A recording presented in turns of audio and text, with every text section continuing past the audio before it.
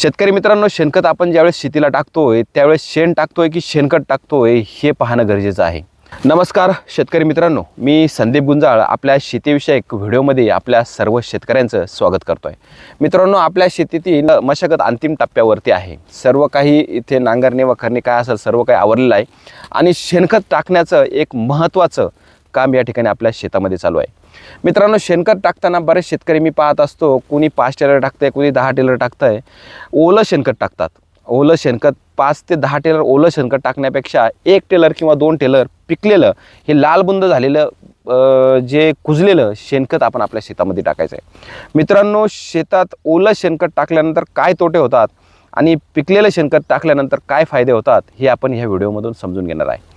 मित्रांनो, काय होतं, ज्यावेळेस आपण ओलं शेणखत जमिनीमध्ये टाकतो त्यावेळेस कुजवण्याची क्रिया जी आहे, प्रक्रिया आहे, ही जमिनीत होत असते.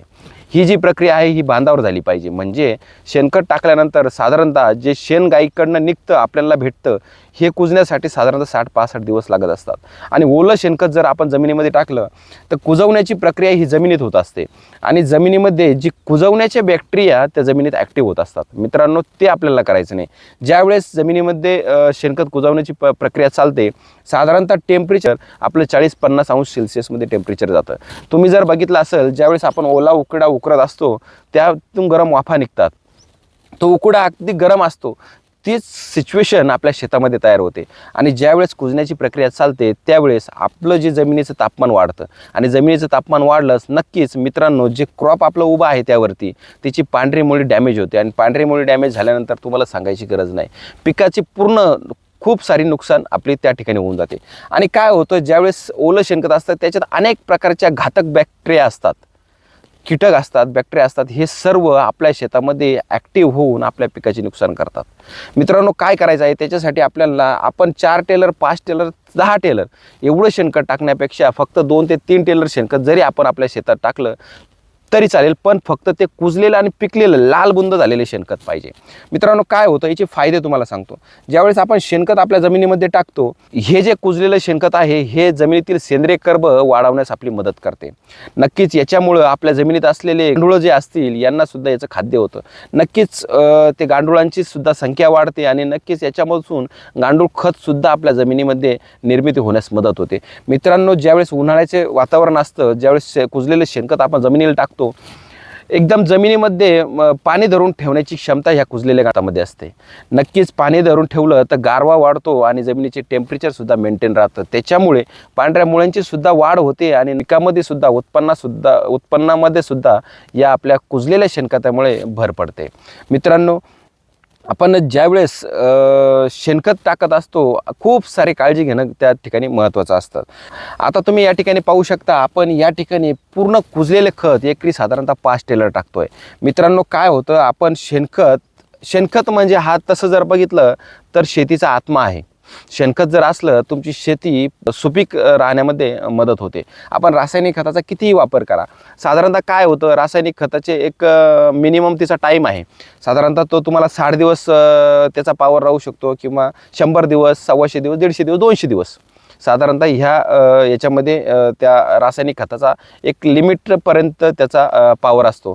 पण मित्रांनो, शेणखत जे असं आहे हे आपल्याला 12 महिने 18 महिने त्याची ताकद त्या जमिनीमध्ये असते. मित्रांनो, आपण काय करतो, ज्यावेळेस सरी पाडतो, आता माझी कन्सेप्ट अशी असते, 2 वर्षातून एकदा मशागत असते आणि भरपूर सारं शेणखत आपण त्याला टाकून साधारणतः 18 महिने 20 महिने एकाच बेडवरती आपण 7 ते 8 पिकं करत असतो. त्याच्यामुळे जर आपण शेणखत आपल्या जमिनीमध्ये चांगल्या क्वालिटीचं जर वापरलं तर नक्कीच आपल्याला त्या शेणखताचा फायदा त्या ठिकाणी पाहायला मिळतो. मित्रांनो, काय होतं, ज्यावेळेस आपण शेणखत टाकून बेड तयार करतो आपण त्याच्यावरती एक पीक न घेता 5 ते 6-7 पिकं आपण एका पाठीमागं एक घेत असतो. रासायनिक खतं टाकण्यासाठी त्यावेळेस आपल्याला त्या मल्चिंगमध्ये चान्स नसतो. त्याच्यामुळं दमदार हे बेसल डोसमध्ये शेणखताचा वापर जर आपण भरघोस केला तर ते खत आपल्याला 2 वर्षापर्यंत ते शेणखत त्या ठिकाणी जमिनीमध्ये पाहायला मिळतं. त्याच्यामुळं नक्कीच ज्यावेळेस आपण शेतकऱ्यांचा पाहत असतो, पहिलं पिकाचं उत्पन्न ज्यावेळेस ॲव्हरेज निघतं तर दुसऱ्या पिकामध्ये ॲव्हरेज कमी होतं, तिसऱ्यामध्ये अजून कमी होतं, चौथ्यामध्ये ते ॲव्हरेज आपल्याला पाहायलासुद्धा मिळत नाही. शेतकरी मित्रांनो, आपण ज्यावेळेस शेती करतो त्यावेळेस आपल्याला एक पिकानंतर दुसऱ्या पिकामध्ये अजून उत्पन्न जादा पाहायला मिळतं, तिसऱ्या पिकात त्याहूनही जास्त, म्हणजे 5 ते 6 पिकं आपण ॲव्हरेज पिकं घेत असतो, ॲव्हरेज उत्पन्न आपल्याला त्या ठिकाणी पाहायला मिळतं.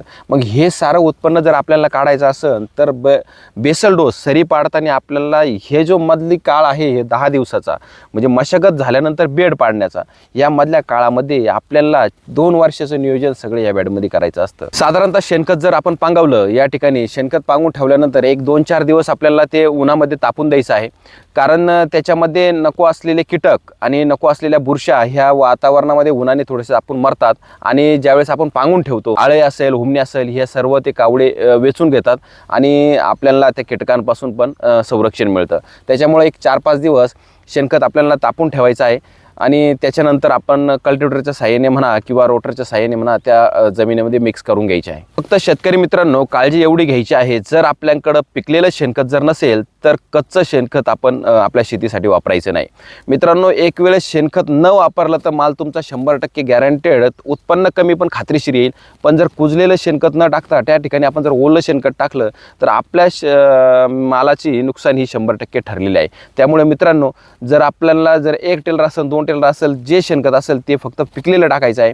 उगाच काय होतं, शेतकऱ्याचा समज असतो मी 10 टेलर टाकले, 20 टेलर टाकले, जमिनीवरती थर आला, पण उगाच आपण ते विकास करतोय का जमिनीचा विनाश करतोय हे शेतकऱ्यांनी कळून घेणं गरजेचं आहे. ज्यावेळेस शेतकऱ्यांना आपल्याकडं शेणखत उपलब्ध नाही, विकत शेणखत घ्यायचं आहे, शेणखताचे रेट पण जर चांगले जास्त जर असले तर आपण काय करायचं आहे, सरी या ठिकाणी जमिनीत सरी पाडून घ्यायची आहे, आणि साधारणतः आपण प्लेन शेतावरती 4-5 टेलर शेणखत टाकतोय.